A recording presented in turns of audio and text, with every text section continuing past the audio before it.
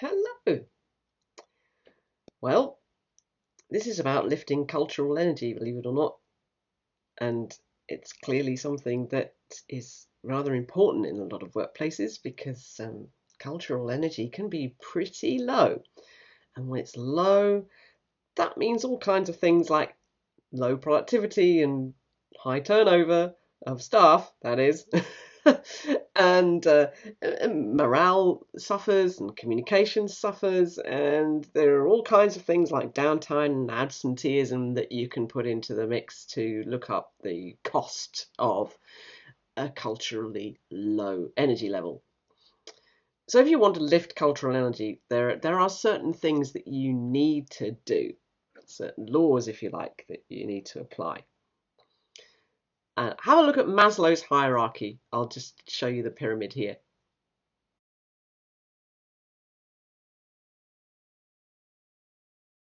That explains the baseline that everybody needs in order to survive, and then the self-actualization that everybody actually wants to attain. And what Abraham Maslow managed to do is to put this into a sort of a series of bars. So you can only attain the next level once you have that lower bar beneath it completed.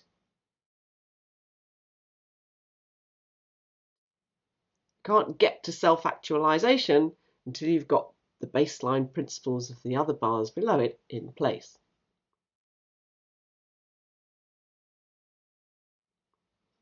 So to lift cultural energy, what you want to be able to do is give people opportunity. Buying batches on a Friday, or it can mean putting a family event together. It can mean any kind of number of things that bring the community together to enjoy some time. Now, back in the Industrial Revolution, dark ages of management systems that hang around like a ball and chain everywhere, that sort of thing wasn't done. You didn't go treating staff. It was a case of, you employed people, you gave them a wage, and if you didn't like it, there's the door. Those days, unfortunately, or fortunately, depending on how you look at it, are well and truly gone. But of course, it's very difficult to change old habits, and old habits die hard. So anyway, you get my drift here. Opportunity to get together, to communicate, to socially align is very important for human beings in order for them to feel those middle zones of the hierarchy, the important social bits that give us a feeling of cohesion, of belonging. This is crucial in building teams, which is why you might have sent your team off to do some kind of exercise at some point in time, and they had a good fight and threw some paint at each other, and then came back, and of course everything was the same after a while because old habits die hard. You have to give time for these opportunities to be able to embed themselves into the culture. In order for these opportunities, of course, to be taken fully and enable them to actualize in terms of what they can potentially do for everybody, you have to have awareness.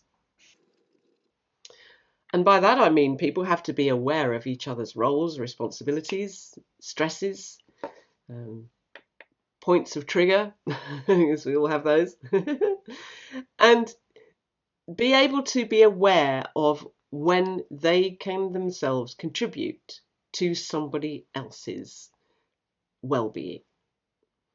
There is a problem in a negative or low energy culture that manifests as not my job.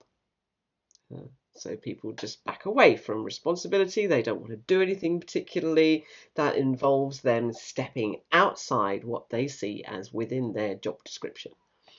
And this is a fear-based response to being singled out, being identified, taking on work and then being expected to take it on again. That's a big one. So these are all rooted in various kinds of fears that are illusionary. They don't really have a foundation. So what do you do about those fears?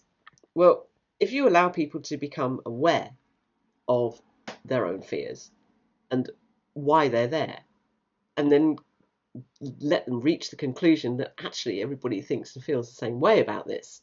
It's not just them.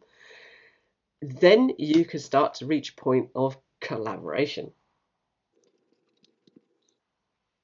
When you have collaboration, people are starting to work together and they're making a big, big difference to the way things are, because that's what happens when people start to collaborate. Where are you going, Mom?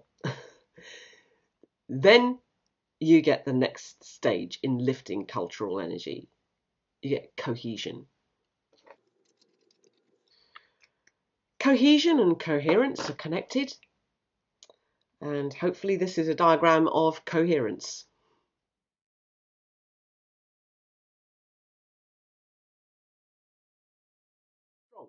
Coherent light is a laser. A coherent light as a laser beam will cut through steel. Incoherent light is a light bulb. This is a light bulb, and I can put my hand around it and I can vaguely feel that it's warm. So there is a huge difference between incoherent and coherent. There's a huge difference between a cohesive culture and an incohesive culture.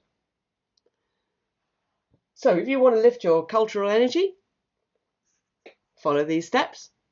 Give opportunity, promote awareness, get collaboration, give it time, because it does take time. And then when you reach cohesion, expect excellence. Thanks very much. See you later. Bye.